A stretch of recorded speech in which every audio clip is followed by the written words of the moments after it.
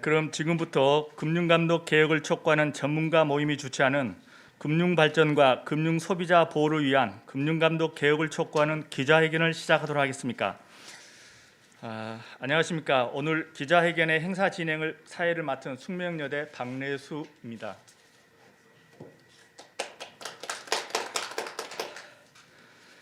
오늘 행사는 행사 식순을 간단하게 소개해드리도록 하겠습니다. 먼저 국민 의례를 하고요. 기자회견 본 행사를 하기 전에 간단한 포토 타임을 갖도록 하겠습니다. 그리고 기자회견의 취지를 설명하는 순서와 서면 경과 보고 그리고 서명 내용의 내용을 간단하게 설명하는 시간을 갖고 성명서 낭독이 있고요. 최종적으로 기자분들의 Q&A 시간을 갖도록 하겠습니다. 그러면 기자회견은 국민 의례로 시작하도록 하겠습니다. 단상에 보이는 모두 자리에 이루어 주시고요.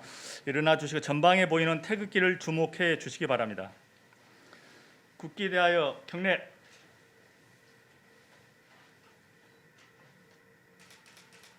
바로 모두 자리에 앉아 주시기 바랍니다.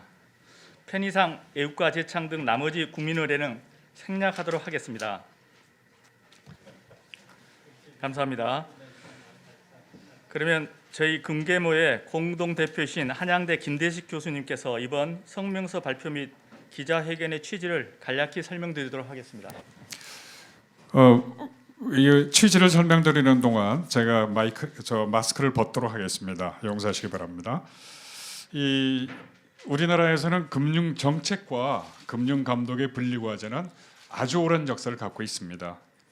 정치에 포획되기 쉬운 금융 정책이 금융 회사와 그리고 시장의 건전한 발전과 소비자 보호의 목적을 두어야 할 금융 감독 기능을 무력화하고 수단화하여 정책 목적을 추구한 오랜 역사를 갖고 있습니다. 우리가 이 상황을 관치금융이라고 부르고 있습니다.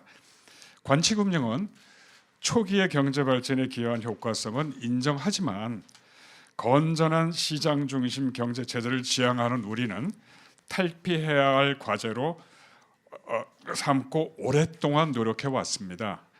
최초의 제도적 개혁 노력이 1998년 재정경제원에서 금융감독 기능을 분리하여 설립한 금감위원회와 지금의 통합감독원이었습니다.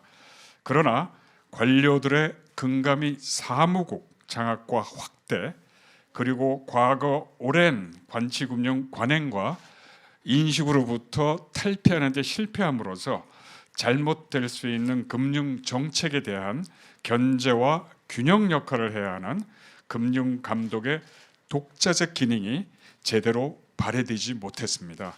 게다가 2008년에는 금융 정책 기능이 기재부로부터 분리 이전되어 금융위원회가 설립됨으로써 다시 금융 정책이 금융 감독을 제도적으로 압도하는 체제로 회귀했습니다.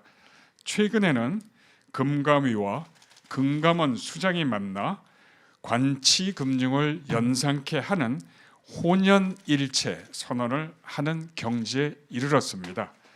오랜 기간 동안 이런 상황을 저희는 우려해왔고 개선하고자 노력해왔던 금융학자와 전문가들 312명이 모여 사인을 하고 이번 기회에 제도적 개선을 촉구하는 선언문을 채택하게 되었습니다. 이상입니다.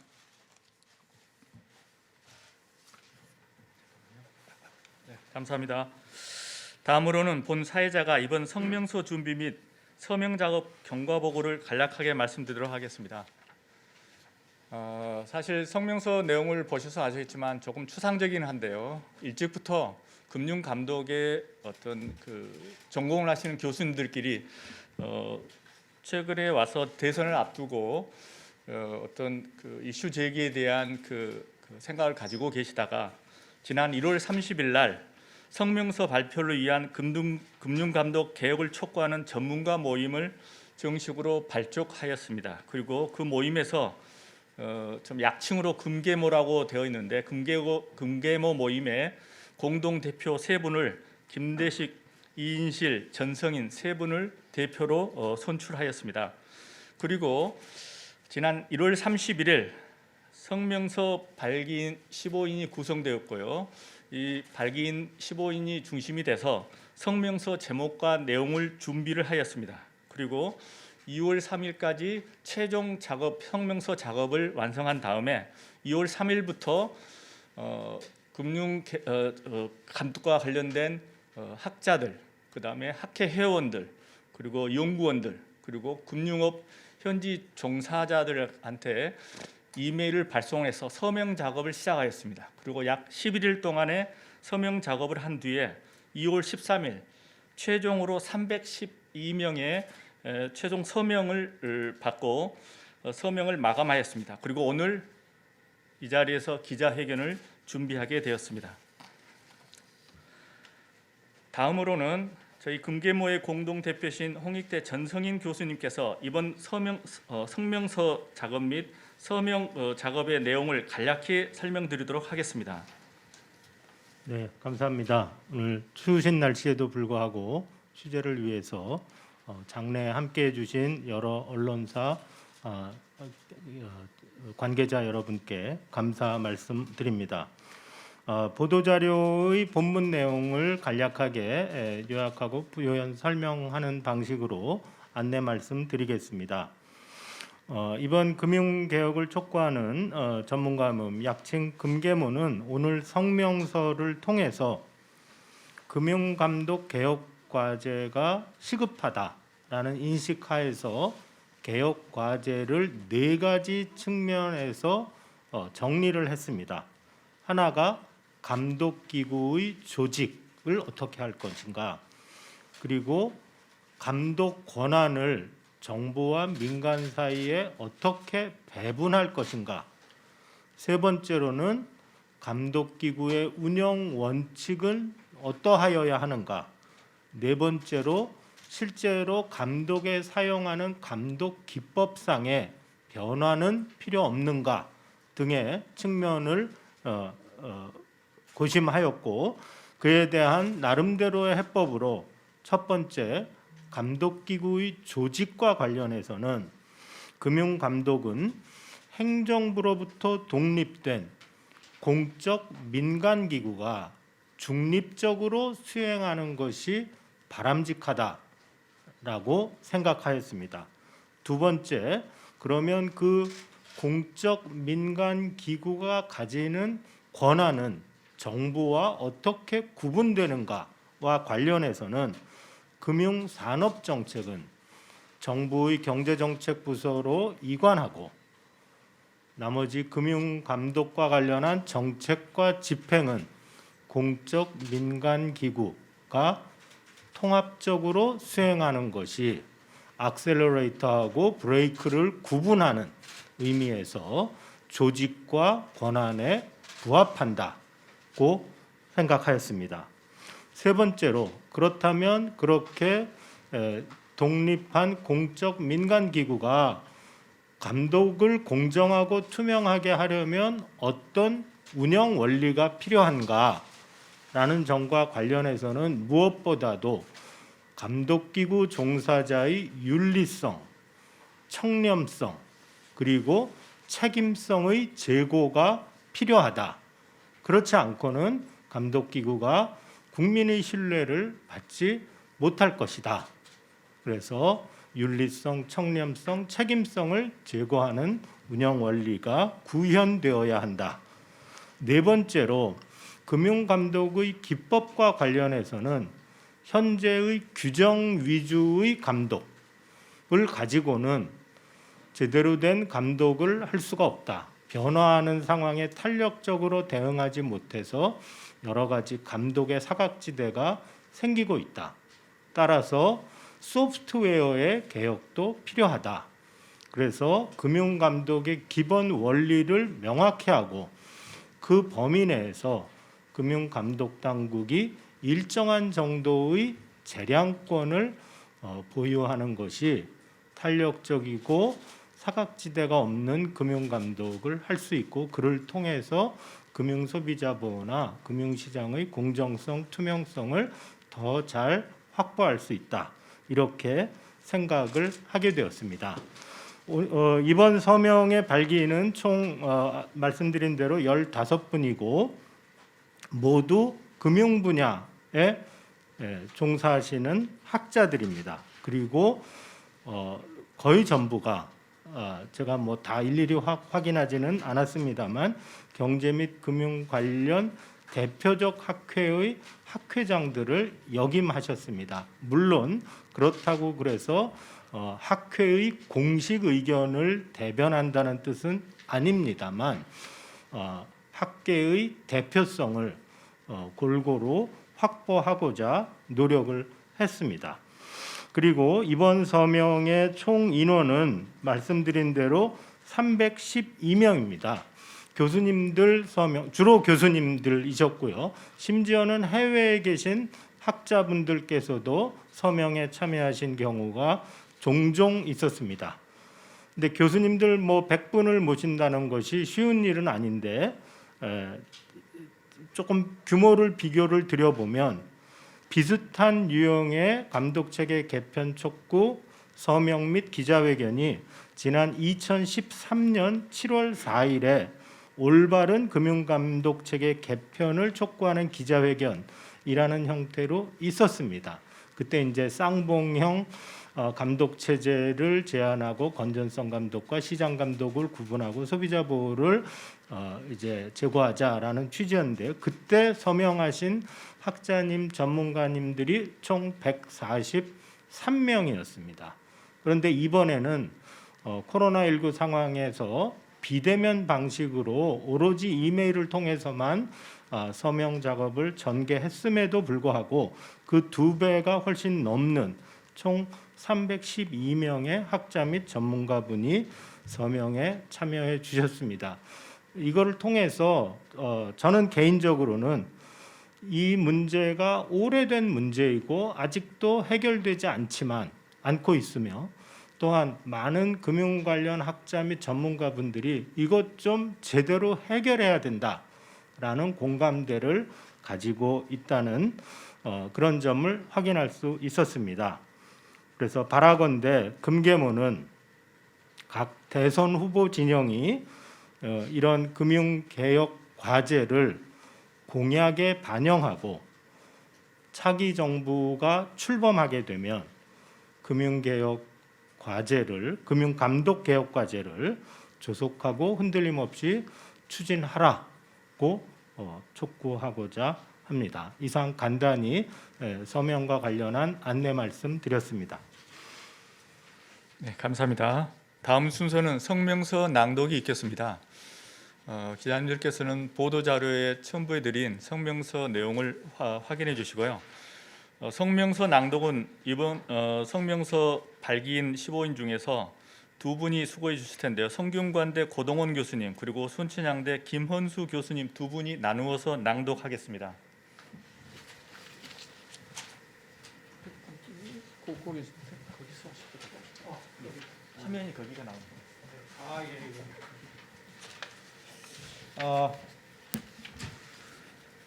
우리 전서인 교수님이 개괄적으로 그 금감독 개혁의 내용에 대해서 말씀을 드렸는데요. 저희들이 한 4가지 정도의 개혁을 촉구하는 내용인데 제가 첫 번째하고 두 번째를 성명서 낭독을 하고요. 옆에는 김헌수 교수님께서 나머지 세 번째, 네 번째 마무리를 할 겁니다. 금융 발전과 금융 소비자 보호를 위한 금융감독 개혁을 촉구한다. 우리나라의 금융은 현재 중대한 혼돈 속에 있다. 디지털 경제로의 급속한 진전은 금융과 비금융의 경계를 허물고 금융감독의 사각지대를 지속적으로 확대하면서 변화에 상대적으로 취약한 사회적 약자의 금융 소외를 심화시키고 있다. 또한 사모펀드 사태에서 보았듯이 자산시장의 불투명성과 불안정성은 금융회사와 금융소비자 간 정보 비대칭성을 증가시켜 금융 소비자의 권익을 훼손하고 건전한 자산 시장 형성을 왜곡할 우려가 있다. 무엇보다 금융 부분을 실물 부분의 성장을 위한 종속 변수로 간주하거나 금융업의 체질 개선보다는 손쉬운 규제 정책에 의존해 금융 산업을 진흥시키려고 했던 과거의 잘못된 방식이 정상적인 금융 산업의 발전을 가로막는 족쇄가 되고 있다. 금융이 직면한 이런 혼돈의 근저에는 왜곡된 금융감독 체계가 자리하고 있다. 정부와 금융감독기구 간 적절한 견제와 균형이 작동하지 않고 금융감독에 대한 유인체계의 정렬과 책임에 걸맞는 권한부여도 찾아보기 어렵다. 낡고 틀에 박힌 과거의 규정으로 새로운 디지털 경제에 제대로 대응할 수 없는 것이다. 이런 점에서 금융감독 개혁은 더 이상 미룰 수 없는 우리 시대의 최우선 개혁 과제의 하나다. 이에 우리는 다음과 같이 금융감독 개혁의 핵심 원칙을 천명하고 차기 정부가 이런 원칙에 입각한 금융개혁을 흔들림 없이 추진할 것을 촉구한다. 첫째, 금융감독은 행정부로부터 독립된 공적 민간기구가 금융감독의 원칙에 입각하여 중립적으로 수행한다. 과거의 신용카드 사태, 저축은행 사태부터 최근의 라임 옵티머스 사모펀드 사태까지 많은 금융사고는 잘못된 금융산업 정책이 금융감독을 압도한 데서 비롯되었다. 이제는 금융감독이 정부의 경제정책에 휘둘려 금융감독의 기본 원칙까지 저버리는 구조적 문제점을 청산할 때가 되었다. 이를 위해 가장 중요한 개혁 과제는 금융감독기구를 공적 민간기구로 설치하여 정부와 정치권으로부터 독립시키고 자율성을 확보하는 것이다. 둘째, 금융산업 정책은 정부의 경제정책 부처로 이관하고 금융감독 기능은 공적 민간기구에 위임하여 금융감독의 정책 기능과 집행 기능을 통합한다. 금융감독 체계의 개편은 궁극적으로 정부와 금융감독기구 간의 적절한 역할 재배분을 요구한다. 현재 금융위원회는 금융산업 정책과 금융감독 권한을 모두 보유함으로써 실질적으로 금융감독을 정부 정책의 하위 수단으로 종속시키는 결과를 초래했다.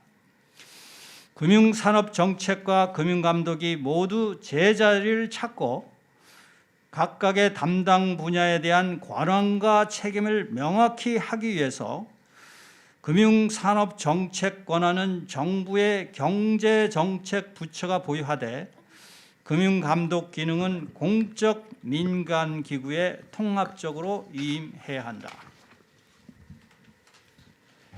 네, 이어서 다음 과제를 읽겠습니다. 셋째, 금융감독의 공정성과 투명성 그리고 금융감독기구의 청렴성과 책임성을 제고한다. 금융시장이 공정하고 투명하게 운영되기 위해서는 금융감독이 공정하고 투명해야 한다. 그리고 이를 위해서는 금융감독기구의 구성원이 독선과 부패 유혹에 물들지 않고 청렴해야 한다. 그러나 불행하게도 과거 금융감독 종사자 중에는 금융회사의 로비에 포획되거나 일신의 양명을 위해 공정하고 책임 있는 의사결정을 방해한 경우도 있다. 공정하고 투명한 금융감독의 정착을 위해서 금융감독 종사자의 윤리성과 청렴성이 제고되도록 하고 감독 행정의 공개와 외부 기구에 의한 감시 등 제도적 장치를 구축한다. 넷째, 규정 중심의 금융감독을 지향하고 원칙과 재량에 기반한 금융감독 소프트웨어를 정착시킨다. 금융감독의 세부 내용을 복잡하게 규정화한 현재의 화석화된 금융감독 관행으로는 경제의 디지털 전환에 탄력적으로 대응할 수 없다. 뿐만 아니라 협소한 규정 해석은 의도하지 않았던 감독 사각지대를 양산하기도 한다. 따라서 금융감독의 유효성을 확보하면서도 금융감독기구에 관한 권한 남용을 통제할 수 있는 새로운 감독 소프트웨어의 정착이 절실하다. 이런 의미에서 금융감독의 원칙이라는 큰 틀을 유지하면서 주어진 원칙을 구체적으로 구현하기 위해 금융감독기구가 적절한 제한권을 행사하는 새로운 감독 관행의 정착이 필요하다. 금융감독의 개혁을 요구하는 목소리는 그동안 지속적으로 제기되어 왔다. 그러나 최고 통치자의 망설임과 자신의 기득권을 포기해야 하는 관료의 조직 이기주의 때문에 개혁은 용두사미가 되고 대형 금융사고와 금융소비자 피해는 계속되고 있다. 금융감독 개혁은 과거의 문제를 해결할 뿐만 아니라 더 나아가 금융산업의 자율과 혁신을 활성화함으로써 정상적인 금융 발전을 촉진하는 기폭제가 될 것이다. 우리는 금융감독의 개혁이 더 이상 미룰 수 없는 우리 시대의 최우선 과제 중 하나임을 다시 한번 확인하고 새 정부가 이 개혁 과제를 조속하고 흔들림 없이 추진할 것을 촉구한다. 2022년 2월 16일 금융감독 개혁을 촉구하는 전문가 일동 이상입니다. 감사합니다. 다음으로는 이번 성명서 발표에 대해 참석하신 기자님들의 질문과 금괴모의 답변이 있겠습니다. 질문을 하실 기자님들께서는 먼저 손을 들어주시고요. 질문을 하실 경우 질문에 앞서 소속과 성명을 간략하게 말씀해 주시기 바랍니다. 이렇게 가죠 뭐. 첫 번째 부분 한번 말씀해 주세요. 네, 안녕하세요. 저 프레시안의 김효진 기자라고 합니다. 현에서 그 라임, 옵티머스 등 사모펀드 사태처럼 금융회사 소비자 간 정보 비대칭 문제가 있다고 지적해 주셨는데 이것이랑 오늘 발표하신 감독 체계 문제가 어떻게 연관되어 있는지 구체적으로 설명해 주시면 좋겠고요. 다음으로는 이제 재량 기반 감독으로 넘어가야 한다고 말씀하셨는데 저도 이제 규정 중심 감독에 좀 이렇게 익숙하다 보니까 이 재량 중심이라는 게 와닿지가 않고 이 재량 중심 감독을 할 경우에 뭐 이런 지금 뭐 사각지대 문제나 이런 것에 어떻게 더 유연하게 대처할 수 있는지 이런 것도 좀 말씀해 주셨으면 좋겠고요. 그다음에 이 공적 민간 기구를 말씀하시는 게 혹시 지금 현재 있는 금감원을 말씀하시는 것인지 아니면 다른 형태의 다른 걸 말씀하시는 것인지 또 궁금하고요. 그다음에 감독 행정의 그 외부 기구 감시라는 것도 감독 행정의 이렇게 부패나 이제 이런 걸 막기 위해서 외부 기구 감시를 도입할 경우에 외부 기구의 감시라는 게 또 어떤 형태를 띄어야 하는지 어떻게 생각하고 계신지 그 네 가지 질문이었습니다.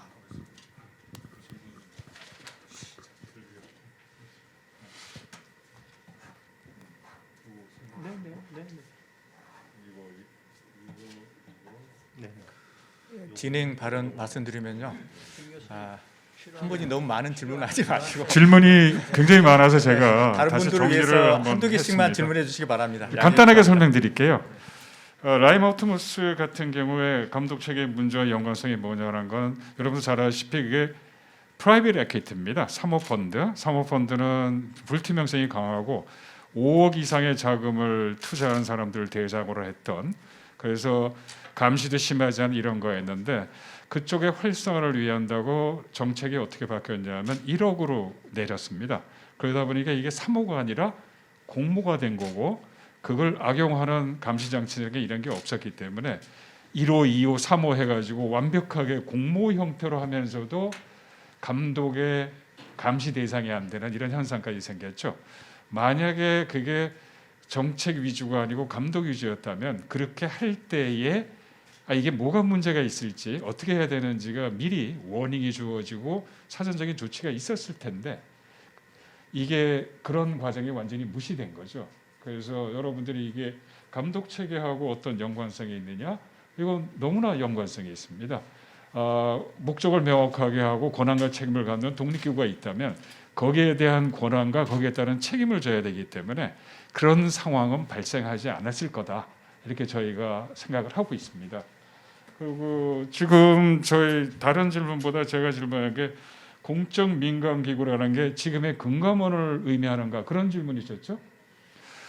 그렇게 오해하시기가 쉬운데 그게 좀 자세히 보세요. 저희가 세 번째 뭘 했냐 하면은 공적 민간 기구의 투명성, 책임성 이거를 강화해야 된다고 저희가 말씀드렸는데 지금 금감원에 대해서는 불만인 분도 굉장히 많으실 거고 저도 그렇습니다. 그 원인은 다양할 거지만 기본적으로 정책 기능에 압도당함으로써 힘을 쓸 수 없는 상황이 있었고 또 그걸 타파하려는 금감원의 노력도 없었습니다. 어떻게 생각하면 공무원을 비판할 때 복지부동 형태요. 그래서 책임이 없는 권한이 없는 이런 상황이었기 때문에 그리고 거기다가 불미스러운 사건까지 발생함으로써 지금의 금감원에 대한 인상은 좋지 않을 텐데 저희가 고대하는 기르는 거는 새로운 조직을 만들자는 얘기죠. 그래서 아무래도 그분들은 전문성을 잊지만 지금 체제로는 안 된다. 목적을 명확하게 제시하고 건전성과 이 소비자 보호하고 거기에 대한 권한을 주는 동시에 책임을 강화하는 장치를 많이 된 그리고 투명하게 누구나 들여다볼 수 있는 감독 행정을 하는 그런 조직. 그러다 보면 지금의 금감원하고는 좀 모습이 다르죠. 다음에 제가 조금 보충 설명을 드리도록 하겠습니다. 네 가지 질문을 하신 것 같은데요. 우선 이제 사모펀드 사태가 감독 체계와 어떤 연관성이 있느냐는 질문과 관련해서는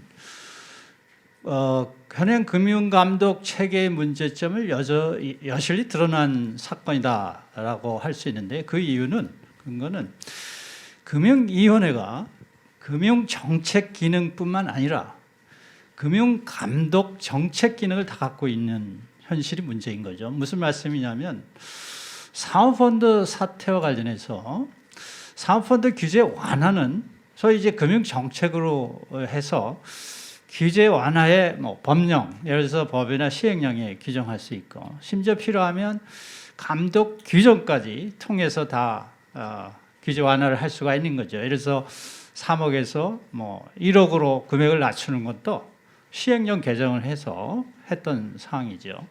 그러면 현재 금융위원회는 뭔가 마음을 먹으면 권한을 다 갖고 있기 때문에 다 할 수 있는 거고 그럼 거기에 대해서 현행 금융감독원이 견제를 해야 된다. 예를 들어서 사모펀드 투자 기준을 완화하려고 할 때 이건 안 된다. 이렇게 하면 문제가 생긴다라고 누군가 발언을 해줘야 되는데 견제를 해줘야 되는데 지금 금융감독원은 감독 규정 재개정권이 없는 감독 집행 기능만 하고 있기 때문에 그러한 역할을 할 수가 없는 근본적인 법적인 문제를 갖고 있다라고 하는 겁니다. 그렇기 때문에 결국 사모펀드 사태도 현행 금융감독기구 체제의 문제점은 금융위원회가 금융정책 기능과 감독 기능을 사실상 다 갖고 있어서 견제가 이루어지지 못해서 생긴 거다. 이렇게 정리를 할 수가 있을 것 같고요. 두 번째, 재량 감독의 문제를 제기해 주셨는데요. 무슨 얘기냐면 이 재량 감독이라고 하는 것은 소위 이제 이 원칙 중심의 감독을 얘기를 하는 건데요. 예를 들어 보겠습니다. 우리가 소비자 보호를 강화해야 된다. 설명 의무 또 적성성 원칙을 지켜야 된다. 이렇게 했을 때 재량 중심의 감독, 즉 원칙 중심의 감독은 법에 소비자 보호를 위해서 적성성 원칙과 설명 의무를 해야 된다. 이렇게 하는 거고요. 세세한 것들은 감독 규정이 판단하고 하는 거죠. 이런 경우는 적합성 원칙이나 설명에 위반된다라고 하는 걸 각 개별권으로 판단을 하는 거죠. 규정 중심이라는 건 말대로 세세하게 다 규정이 돼 있어서 예를 들어서 녹취를 해야 된다, 서명을 받아야 된다 이런 게 이제 규정 중심의 감독인 건데 그러다 보니까 지금 문제가 뭐냐면 그런 감독 당국의 해석의 여지가 굉장히 좁은 게 사실은 이 감사원의 정책 감사라고 하는 게 있어서 그 감사원의 정책 감사를 통해서 감독기구 예를 들어서 금융감독원이나 금융위원회 직원이 제대로 했는지 이걸 이제 보게 되면서 나중에 문제가 생기면 뭐 제재를 한다든지 이런 문제 때문에 이제 위축이 돼서 감독을 탄력성 있게 하지 못하는 이제 그런 문제가 있는 게 아닌가 생각이 되고요. 세 번째 금감원의 조직과 관련해서는 사실은 뭐 쌍봉형 문제들이 많이 제기가 되고 있는데요. 그건 뭐 서로 장단점이 있기 때문에 어쨌든 중요한 거는 정부가 아닌 공적 민간 기구가 행해야 된다라고 하는 것은 뭐 외국의 입법례 또 국제적인 기준에 비추어 봤을 때 타당한 방향이다 이렇게 말씀드릴 수 있고요. 마지막으로 네 번째 외부 감시 기구의 문제는 좋은 점을 지적을 해 주셨는데요. 최근에 이 호주가 이 금융감독 기구에 대한 감독 평가 기구라고 하는 조직을 만들어서 외부 감시의 기능을 할 수 있도록 한 사례가 있습니다. 그래서 뭐 논의를 많이 해봐야겠지만 우리도 이제 차후에 외부 감시 기구로서 이런 독립적인 금융감독 평가 기구를 뭐 만드는 것도 고려할 필요가 있지 않나 그런 생각입니다. 네, 이상입니다. 제가 예, 수고하셨습니다. 정 교수님 간단하게 조금만 보완을 드리겠습니다. 그러니까 그 라임 옵티머스 관련해서 가장 이해하기 쉬운 것은 이제 금융 감독에는 규제를 완화하고 산업을 진흥시키자는 소위 악셀러레이터 가속 페달 정책이 있고 건전성과 소비자 보호를 위해서는 조금 조심하고 천천히 가야 된다라는 브레이크 정책이 있는데 현재는 악셀러레이터를 가속 페달을 관장하는 사람이 브레이크를 또한 관장하고 있기 때문에 브레이크가 잘 안 듣는다는 거예요.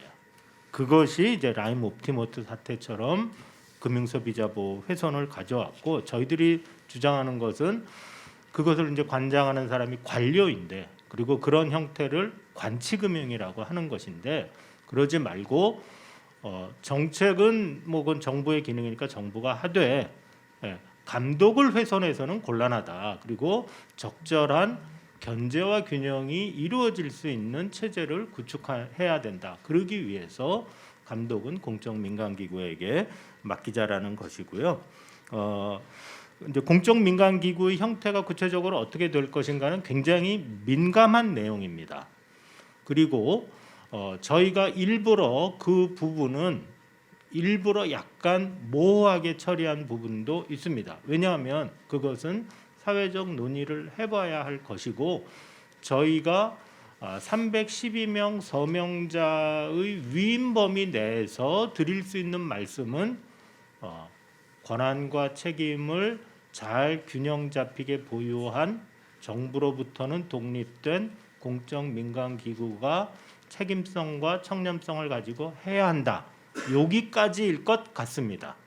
그밖에 그것을 구체적으로 어떻게 설계하고 평가하고 감시하고 할 것인가라는 것에 그런 강론에 대해서는 여러 가지 의견이 있을 수 있고 심지어 서명하신 교수님들조차도 조금씩 의견이 다르실 수 있을 것 같아요. 그래서 그 부분은 성명서에 나타난 그 정도를 일부러 저희가 그런 표현을 쓴 거다. 그렇게 좀 말씀을 드리고요. 감독 행정의 외부 감시 부분은 이제 최근에 많이 나오고 있는 내용입니다. 특히 이제 감독을 민간 기구로 할 경우에 어떻게 책임성과 투명성을 이제 담보할 거냐와 관련해서 여러 가지 논의가 있기 때문에 그 부분도 사회적 논의에 붙여야 될 것이고 저희가 제기하는 건 발상을 바꿔보자 이런 겁니다. 관료가 하면 공정하고 투명하냐 정치권으로부터 포획되지 않느냐 그렇지 않은 사례를 우리가 너무나 많이 봤기 때문에 관이냐 민이냐라는 그래서 관이해야 된다라는 그런 선입견에서 벗어나서 민이하되 어떻게 공정성과 투명성을 담보할 수 있을까라는 시각에서 보자 이제 그런 정도 말씀을 드리겠습니다. 네, 수고하셨습니다. 이게 질문이 많아서 저희 핵심을 웬만큼 다 짚어주셔서 질문에 답이 됐으면 좋겠습니다. 아까 이제 좀 간단한 하나씩 하시죠. 그 옆에 계시던 분. 네. 아시아경제 송승섭 기자입니다. 금융산업 정책이 그 정부로 넘어간다고 말씀을 하셨는데 그러면 지금 금융위원회는 역할이 상당히 쪼그라드는 걸로 보입니다. 아니면은 혹은 이게 사라지는 것처럼 들리는데 이 금융위의 차후 역할에 대해서 어떻게 생각하시는지 궁금하고요. 죄송하지만 하나만 더 여쭤보면 그 금융감독원이 사실 형식상으로는 공적 업무를 수행하는 민간 법인이지 않습니까? 그런데 여기에 등장하는 그 공적 민간 기구랑 그 구체적으로 어떻게 달라지는지가 사실 조금 모호하다고 들렸거든요. 뭐 가령 새로운 공적 민간 기구의 뭐 수장이 만약에 대통령이 임명한다고 하면 형태는 조금 달라질 수 있으나 사실상 관치금융이 계속 이어지는 것 같다. 뭐 이런 비판이 계속 나올 수도 있는데 이런 부분 좀 구체적으로 설명해 주시면 좋을 것 같습니다. 예, 그 시작하실래요? 네, 금융 역할. 네네. 네. 이렇게 전성희 교수님께서 네. 간단하게 설명하시겠습니다. 이제 아마 새 정부가 출범하게 되면 현재 이제 유력 그 여러 가지 후보 진영에서는 정부 조직 개편에 관한 내용들이 나오고 있습니다. 뭐 기획재정부라든지 또 다른 뭐 여성가족부라든지 뭐 구체적인 언급이 없을 수도 있지만 그래서 향후 이제 정부 조직 개편이 있을 것으로 예상되고 이제 금융감독체계 개편과 관련해서도 산업정책 권한은 정부에 놓고 현행 이제 금융위원회가 하는 권한 중에 일부는 공적 민간기구로 돌리라고 하면 역시 이제 정부조직법 내지 금융위원회 설치 등에 관한 법률의 개정이 필요하겠죠. 그래서 관료들의 미래는 어떻게 될 것인가라는 질문이 있을 수 있는데 또 개인적으로 여러 가지 생각들이 있을 수 있는데 그 부분을 저희들이 언급하는 것은 적절치 않을 것 같아요. 그것은 정부조직법의 구체적인 개정이 어떻게 이루어질 것인가와 맞물려서 진행될 것이라고 생각합니다. 그 정도로 답변을 드리고요. 그 다음에 공적 민간 기구라고 했는데 현재 금감원도 공적 민간 기구 아니냐? 또 반대로 이제 그 수장을 대통령이 임명하면 뭐 독립성이 훼손되는 것은 아니냐 이런 말씀을 하셨는데요. 두 가지 측면 말씀드리면 우선 쉬운 걸로 후자는 한은 총재도 대통령이 임명합니다. 그러나 그렇다고 해서 한국은행의 독립성이 결정적으로 정부에 종속되어 있다라고 생각하지는 않는 것 같습니다. 따라서 임명권의 행사는 이제 그 기관의 권위를 정당성과 헌법적 권위를 드러내는 것이고 그것이 구체적으로 어떻게 구현되는가에 따라서 달라질 수 있다고 생각하고요. 그 다음에 이미 현재의 금감원이 공적기구 아니냐. 그런데 뭐가 부족하다는 얘기냐 하면 아까 고동원 교수님 말씀하셨듯이 규정 재정권이 없어요. 현재는. 그러니까 규정은 관료들이 해야 된다라는 그런 이제 상황 하에서 금감원은 감독규정 시행 세칙만을 정하는 거거든요. 그러니까 이제 명실상부한 공적 민간 감독기구다라고 말하기는 어려운 부분이 있는 것입니다.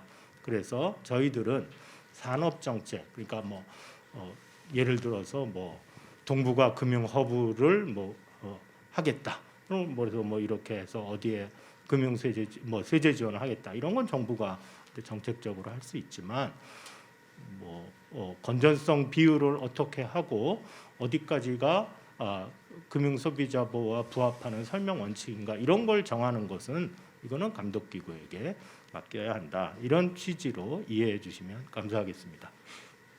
다음 그 두 번째 남자 기자님. 예, 맞습니다. 두 번째 주.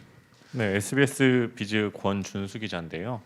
그 말씀하신 대로 민간 기관으로서 어느 정도의 객관성을 유지하기 위해선 사실 뭐 제가 생각했을 때는 수장이 제일 중요한 것 같은데 사실 금융감독원 정은보 원장 같은 경우에는 뭐 금융위에서 워낙 많은 활동을 해오신 분이고 이전에는 윤석화 원장이 계셨었는데 이런 금융위 인사가 금감원으로 가는 것에 대해서는 좀 어떻게 보시는지 특히 원장 자리에 그렇게 가는 거 어떻게 보시는지가 좀 궁금하고요.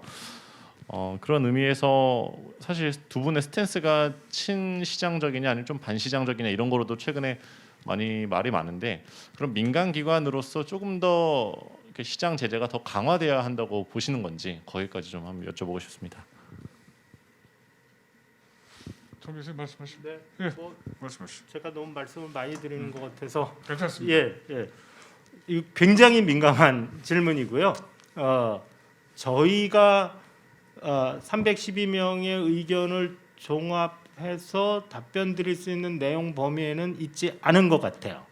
그래서 이 부분은 필요하면 끝나고 개별적으로 이제 이 서명 작업이나 감독 체계 개편과 관련해서 목소리를 낸 사람들의 사견의 입장에서는 뭐 얘기할 수가 있겠지만 이 금계모 전체의 입장으로 현재의 감독원장의 어떤 감독 수행 업무 수행 방식에 대해서 이러쿵저러쿵 말씀드리는 거는 조금 민감하고 위임 범위를 벗어난 그런 내용인 것 같다는 점은 좀 양해 말씀을 드리고요.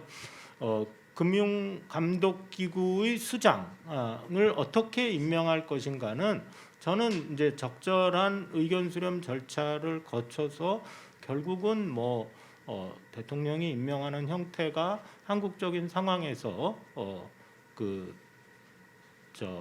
자연스러운 일이 아닌가라고 개인적으로 생각을 하고 많은 분들도 아마 그런 형태를 생각하시리라고 생각합니다. 다만 아까도 말씀드렸듯이 한국은행 총재를 대통령이 임명한다고 해서 이제 그거는 하는 독립성이 강화되기 보통 우리가 하는 독립성이 결정적으로 변했다는 시기를 1998년 하는법 개정 전과 후로 나누는데 그 이전에도 대통령이 임명했고 현재도 대통령이 임명합니다. 그런데 뭐 대통령이 임명하기 때문에 한국은행 독립성이 결정적으로 훼손되었고 이거를 뭐 국회의장이 임명해야 된다 이렇게 주장하시는 분은 별로 없거든요. 그래서 그거는 그 전체적인 기구의 성격 그리고 지배구조 이런 것이 어떻게 돼 있느냐에 따라서 종합적으로 판단해야 될 문제가 아닐까 그렇게 생각을 합니다. 제가 전체 의견은 아니지만 제 개인적인 의견만 간단 과거의 경험을 봐서 말씀드리면 금융감독원장이 어떤 사람이어야 되느냐에 대한 생각은 금융감독이 뭔지를 아는 분이 오면 좋겠어요.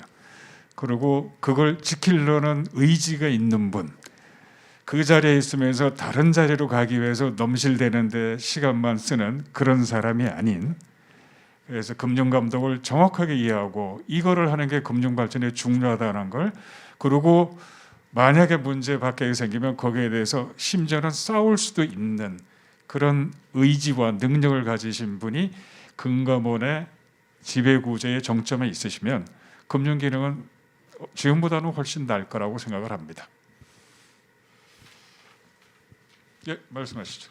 네, 저 이투데이 서지 기자라고 합니다. 이게 이런 그 의사들을 모임이 2013년 이후 처음이라고 말씀하셨는데 그 당시와 지금 금융개혁 그 금융감독 체계 개편에 대한 공감대나 아니면 분위기 이런 게 좀 어떻게 달라졌는지 좀 궁금하고요.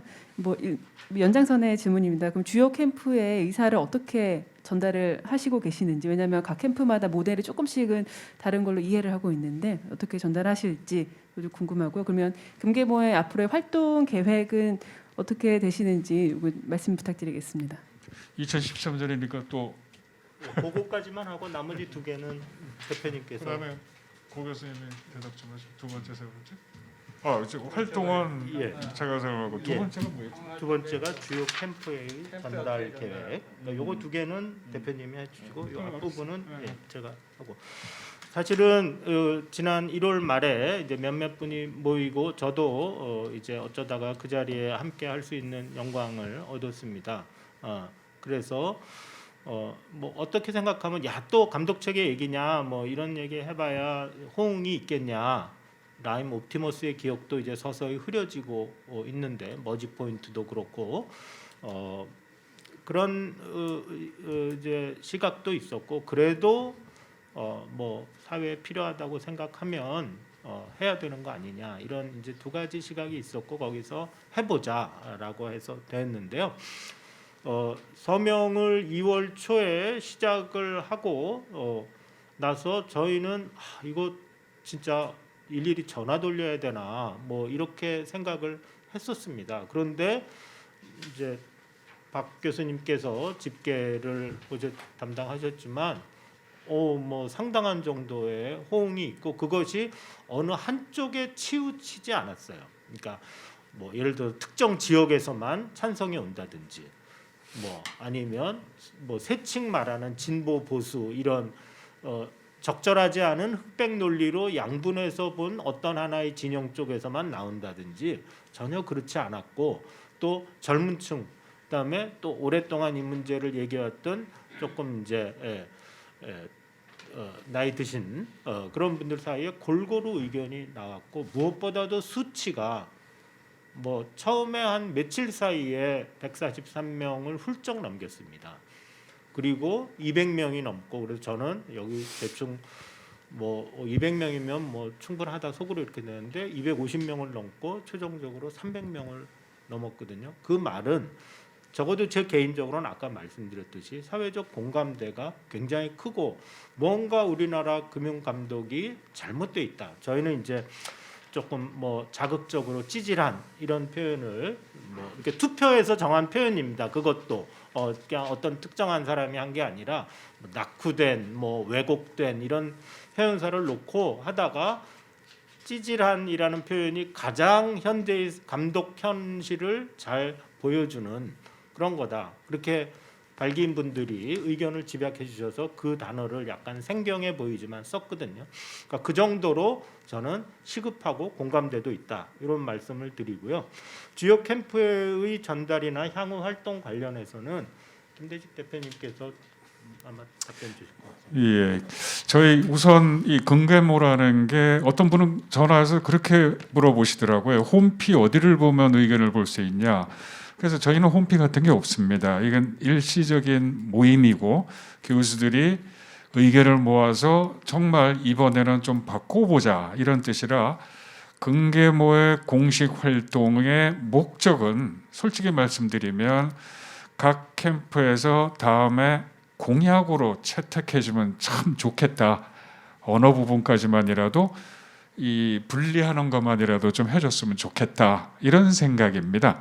그렇다고 해서 이걸 뭐 저희가 데모를 한다나 이런 건 아니고요.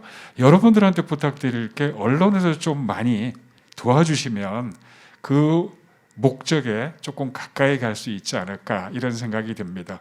물론 저희가 이 자료를 정리해서 캠프에 전달은 하는 수준으로 할 겁니다. 하지만 저희 활동은 거기에서 끝나지 이걸 가지고 지속적으로 활동한다 이런 계획은 없습니다. 현재까지로는. 그래서 그렇게 이해해 주시면 좋겠습니다. 다른 질문 있으면 말씀하시죠. 네, 안녕하십니까. 아이니우스 24의 배태호라고 합니다. 이제 현재 금융 감독 관련해서 상황을 관치금융이라고 표현을 하셨는데 대체로 보면 이제 금융 산업 업계에서는 규제가 굉장히 심하다라고 하시고 있고 또 이제 오늘 그 교수님께서는 감독이 부족한 부분들이 있기 때문에 개혁이 필요하다는 얘기를 했는데 반대로 얘기를 한다면 이게 이제 민간으로 넘어갔을 때 그러면 규제는 풀리고 감독만 강해지는 그래서 정부 정책의 어떤 엇박 그 정부의 금융 산업 정책이나 금융 정책의 엇박자를 놓을 여지는 없는지 왜냐하면 이제 여기서 언급한 공적 민간 기구라는 개념이 사실 정확히는 잘 모르겠는데 요즘 그러니까 지금 최근에 현재 있는 조직으로 보면 그 의사 집단이나 변호사 집단이 약간 이런 업무를 한다고 보여지거든요. 그랬을 때 이들이 물론 이제 공적인 역할을 하지만 이익 집단화돼 있는 측면들도 있어서 이런 이런 모습들을 어떻게 고민하고 계신지가 좀 궁금하고요. 그리고 하나는 좀 이게 해외에 참고할 만한 사례들이 있는지 롤모델 내지는 참고할 만한 어떤 사례들이 있다면 좀 소개를 해주시면 감사하겠습니다. 아까 비슷했는데 설명해 주세요. 아니, 제가 거기에 대답을 얼마큼 했는데 마지막 거는 이제 고동원 교수님께서 좀 얘기하시고 앞에 거는 이제 제가 한번 조금 얘기하겠습니다. 정 교수님 말씀을 좀 그 현재 업계에서는 이제 우리나라 금융 감독이 과도하다. 그리고 규제가 너무 거미줄처럼 복잡해서 이걸 어떻게 다 지키라는 얘기냐 이런 이제 볼멘 소리도 나오는 것 같고 또 금융 소비자 보호와 관련한 그 이제 사후 시정 조치들을 하다 보면 감독의 사각지대가 있는 것 아니냐. 그래서 금융 소비자 보호를 위배한 그런 행위에 대해서도 적절한 시정 조치가 안 이루어지는 게 아니냐, 이런 또 소비자 보호 단체들의 볼멘 소리도 존재하거든요. 그래서 저희가 이제 이 성명서를 통해서 전달하고자 하는 것은, 그러면 규정을 소비자 보호를 위해서 현재 100개인데 그걸 300개로 만들어라, 이런 취지가 아닙니다. 또 반대로 업계가 규제가 심하다 그러니까 과감하게 규제를 다 혁파해라, 이런 것도 아닙니다. 그러니까 저희가 생각하는 것은 지금 현재의 감독 관행은 아까도 말씀드렸듯이 화석화된 몇몇 개의 규정을 놓고 그 규정 자체를 준수했느냐 준수하지 않았느냐를 따지는, 뭔가 달을 가리키는 상황에서 달을 보지 않고 손가락만 보는 좀 그런 뉘앙스가 있거든요.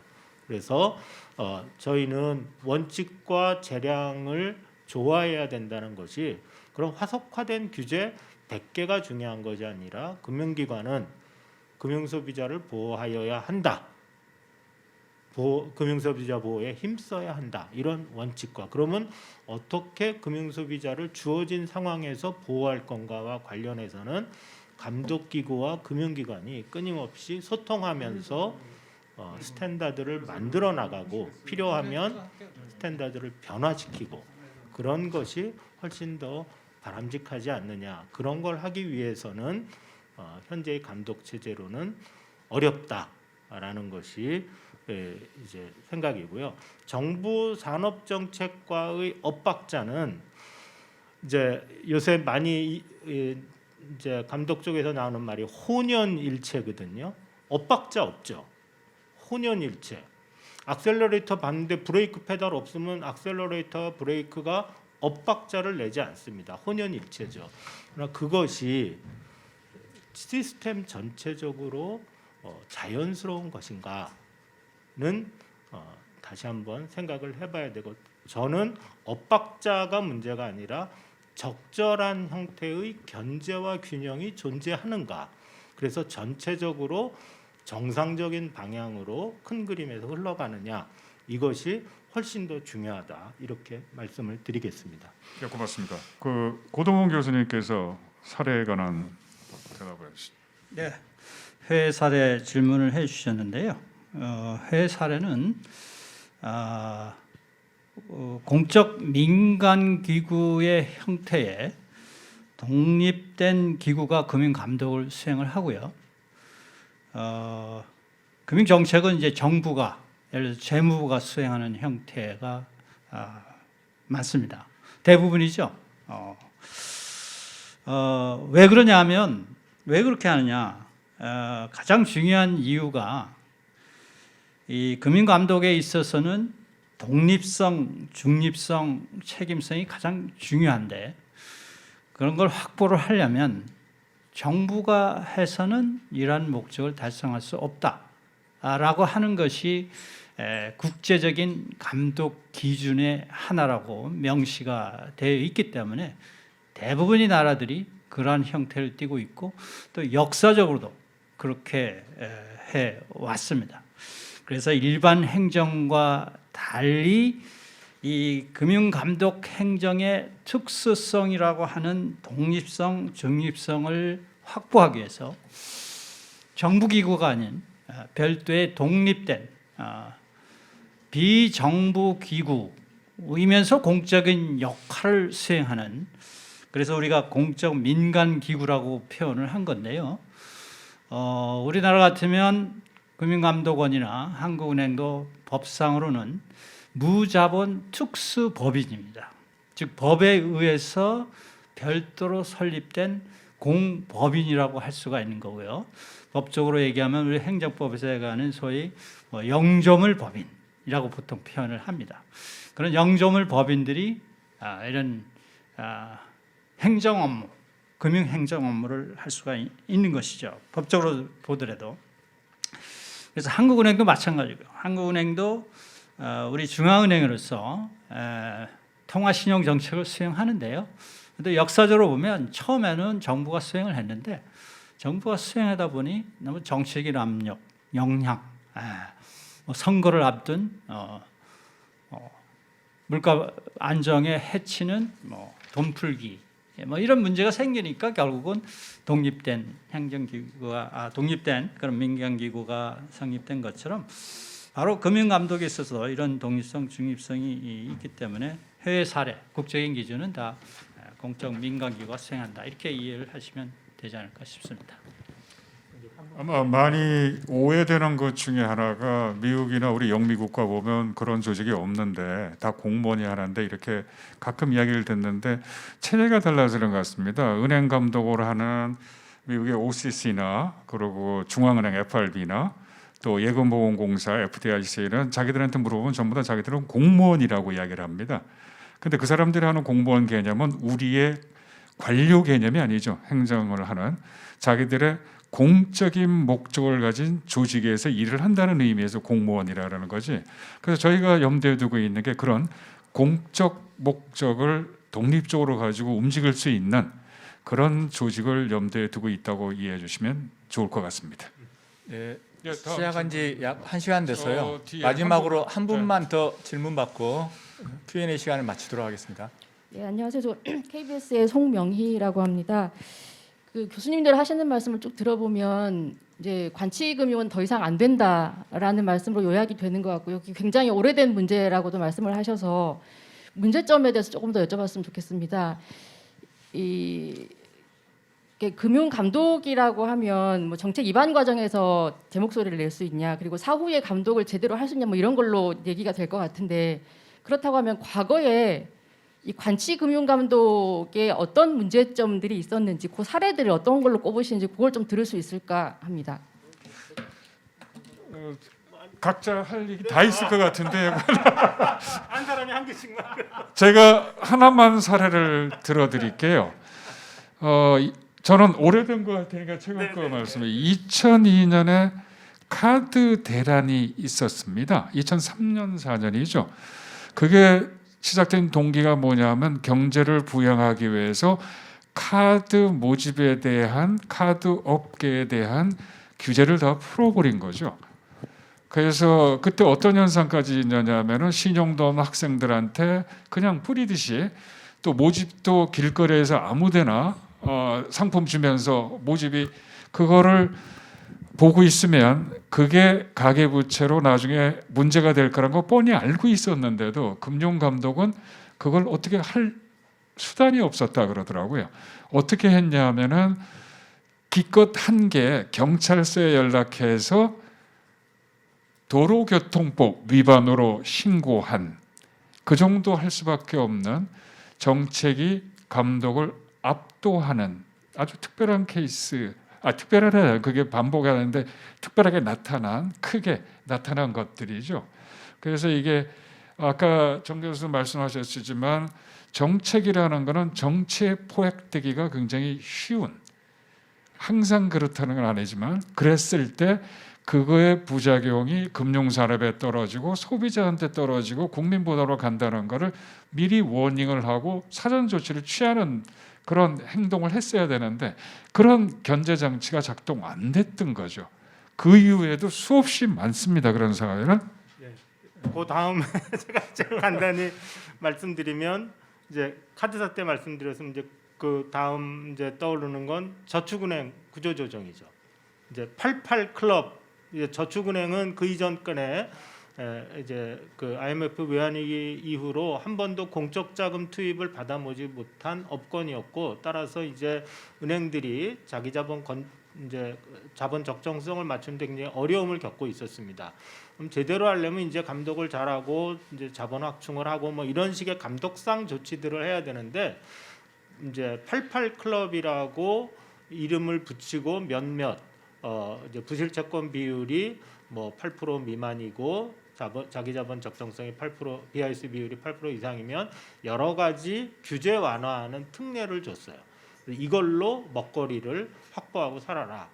그러다가 이제 저축은행들이 PF에 돈 넣고 부실화되고 해서 2011년에 구조조정하고 공적 자금이 25조가 넘게 들어가고 우리나라 그 예금보험 그 제도를 완전히 어그러뜨려 버렸죠. 그 이전에 하던 뭐 목표기금제 이런 게 다 무효가 되고 국민 또는 국민 돈대로 들어가고, 그다음에 이제 송 기자님 아마 뭐 론스타 취재 많이 해보셔서 알겠지만 이제 정부가 공적 자금을 하기 싫다고 그냥 이제 편법으로 외환은행 매각하려고 하다가 비금융 지력자에게 매각하고 나서 론스타는 비금융 이제 산업자본이지만 산업자본이라 보기 어렵다, 이런 표현을 가지고 국민을 기만했었죠. 그리고 그것이 거기서 끝난 것이 아니라 지금 이제 어쩌면 나올지도 모르는 국제 중재 판정소 판단에서 만에 하나 정부가 이제 부분이라도 패소하면 여러분 모두의 주머니에서 돈이 나가는 그런 일을 이제 재무부 또는 금융감독위원회 관료들이 저질렀던 것이죠. 예, 이제 더 이상 예, 그래서 끝나고 하면 도저히 안 되시겠습니까? 잘 아시겠지만 마지막으로 한 번만 봐주시죠. 뭔가 답답한 게 굉장히 있으신 것 같은데. 예, 감사합니다. 이데일리 서대용 기자라고 합니다. 그 공적민간기구에 대해서 이게 좀 굉장히 와닿지가 않거든요. 그러니까 지금 금감원도 무자본 특수법인이고, 근데 지금 행정부로부터 독립을 지금 이제 주장을 하고 계시니까 현재 금융위 설치법에 따라서 지금의 금감원에 대한 지도와 감독을 금융위가 지금 그 권한을 가지고 있으니, 그렇다면 금융위 설치법을 개정을 해서 금융위에 그러한 권한을 주지 않는다면 그러면 그 따로 별도의 기구가 필요한 것은 아니지 않느냐, 이런 생각도 들고요. 그리고 감독권이 실제로 감독을 할 때에 여러 개별 그 금융업법이 있지 않습니까? 은행법이라든가 여전법이라든가 등등 그 개별 업법에 따라서 이제 이 감독을 하는데, 그렇다면 어쨌든 뭔가 제대로 된 어떤 예컨대 그러한 업법은 물론 이제 국회에서 이제 하지만 또 금융위 정부가 또 위반을 해서 또 하기도 하잖아요. 그러면 이게 제대로 된 독립이 될지, 그러니까 그러한 것도 좀 궁금합니다. 제가 뭐 간단히 말씀드리고 필요하면 이제 고 교수님이나 김원수 교수님께서 보완해 주시면 되는데, 우선 공적 민간 기구가 뭐냐, 금융위원회 설치 등에 관한 법률을 개정해야 되겠죠. 왜냐하면 현재 지금 잘 말씀하신 대로 금융위원회가 이제 금융감독원을 이제 감독상 지도하고 하게 돼 있기 때문에 그것은 그러면 이제 누가 감독하느냐? 한국은행은 누가 감독하죠? 똑같은 내용입니다. 그것은 우리 사회가 감독을 하고, 뭐 필요에 따라서 한국은행은 이제 금융안정 목표가 이제 부여된 이유로 국회에 정기적으로 금융안정 보고서를 이제 제출해서 우리 이렇게 금융 안정을 위해서 노력을 했고 한국의 현재 금융 안정 상황의 실태는 이러이러합니다. 라고 이제 국민의 대표에게 보고하죠.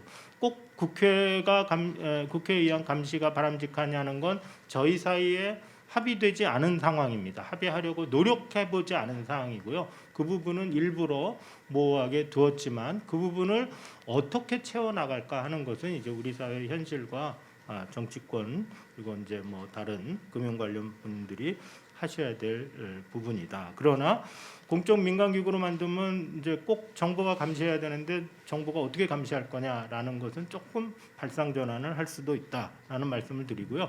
개벌업법에 의해서 감독을 하는 것은 옳습니다. 그러나 이제 원칙 중심과 재량을 이제 통합하는 것은 예를 들면 국회가 입법을 금융소비자 보호를 잘 해야 되고 금융회사는 1항, 뭐 2항, 감독기관은 금융소비자 보호를 잘하는지 감독해야 된다. 뭐 2항 그렇게 놓고 구체적으로 뭐 설명 의무에 관한 구체적인 내용은 금융감독기구의 장이 정하여 고시한다. 뭐 이런 방식의 입법을 또 생각할 수는 있습니다. 이건 개인적인 생각인데 그래서 얼마든지 우리가 현행 입법 체계 하에서도 이런 운영의 묘를 찾을 수 있다. 저는 그렇게 생각을 합니다. 혹시 뭐 부족한?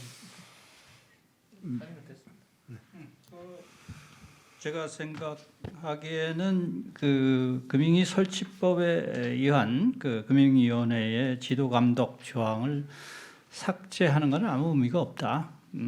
제일 중요한 것은 감독기구가 규정, 레귤레이션 재정권을 갖고 있어야 제대로 감독을 할 수 있는데 그걸 지금은 금융위원회가 갖고 있단 말이에요. 금융감독원이 갖고 있는 게 아니고. 그러니까 금융감독원이 절름발이 금융감독 기구고 실제로 권한이 없는 감독 기구인 거예요. 사실상 규정이라고 하는 게 많은 걸 담을 수 있고 우리가 법이 있고 시행령 그 밑에 시행규칙과 감독 규정이라고 하는 게 있는데 대부분의 내용들은 사실은 중요한 것들은 감독 규정이 담기거든요. 근데 그거를 지금 금융감독원이 하지 못하니 뭐 제대로 할 수 있겠어요? 사모펀드 사태도 마찬가지고. 그러니까 지금은 금융위원회가 모든 걸 갖고 있는 거죠. 정책, 법령, 재정권 다 갖고 있죠. 예. 그러니까 제대로 된 감독이 될 수가 없는 거라고 생각을 하고요. 그래서 이제 과연 민간기구가 이 감독 권한을 제대로 가졌을 때 감독이 잘 될 거냐라고 하는 그런 우려들 충분히 공감이 되는데요.